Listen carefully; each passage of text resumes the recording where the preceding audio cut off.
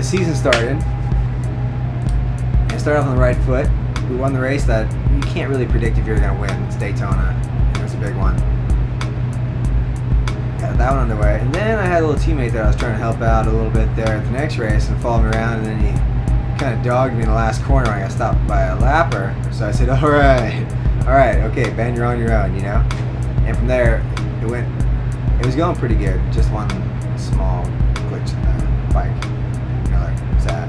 What's your bike weekend? But other than that, honestly, that little bike is amazing. I've had the best time. Kind of the rebirth of Ben Bostrom has taken place. I took my lap around Laguna today, and I forgot what it's like to have that little throttle in the hand. It's been a month.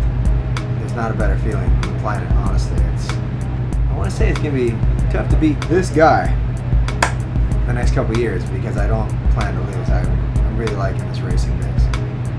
I'll tell you, I'm wearing a Shoei helmet for a lot of reasons. This is the first company that ever gave me a contract, of any contract. I actually had to scribble my name, and they gave me 2 free helmets a year. I think just because I was friends with Noragabe, honestly, and some shields.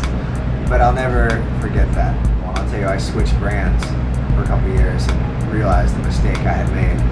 The almighty dollar had taken control, switched brands, and realized I made a mistake. Then I went to another leading brand and realized the helmet is so important. When you put your helmet on, you know, there's the feeling on your head. There's the viewing zone. Is it pushing on your eyes? Is it distorting your vision? All these things in racing could cost you a 10th here, a 10th there, 2/10 a lap after 25 laps, and you're riding around in 5th. So I did everything in my power to switch back to this brand, and they took me in. I felt pretty bad because I was there groveling and begging, and all the budgets were made, and it was in the season, and these guys hooked me back up. And I'll tell you, the first race back in the helmet, I realized the big mistake I'd made, and I'm here to stay. Honestly, I know this looks like a Shoei ad, but this is your baby. It's a big deal as a racer, and I've come full circle, trying all those different brands, going from good to bad to good to bad, and back to what I consider the best, especially for my head. So big thanks to the boys. Thank you.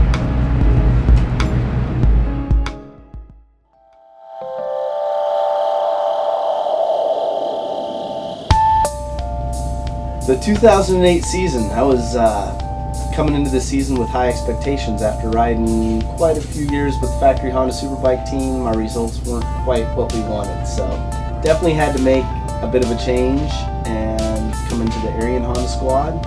I knew they had really competitive motorcycles, and obviously they'd won, many championships in the past, and I'd raced with them before, so it was really familiar settings for me. It was really good, and my expectations at the start of the season was to come out and win 2 championships, and we've done one of them, and the other one, our good boy Ben Bostrom, hasn't been so nice to me this year. Has beat up on me pretty good. So to me, being a family man and being a racer are pretty easy. Actually, it makes the racing easier, because when I just raced and didn't have a family, that is all you focus on, and you're so concentrated on this one thing, and everything you do is geared toward it, and you have this family now, and so then all of a sudden the racing, it's a lot easier, because I have to narrow my focuses no matter what it is. I have to be very efficient in my time management.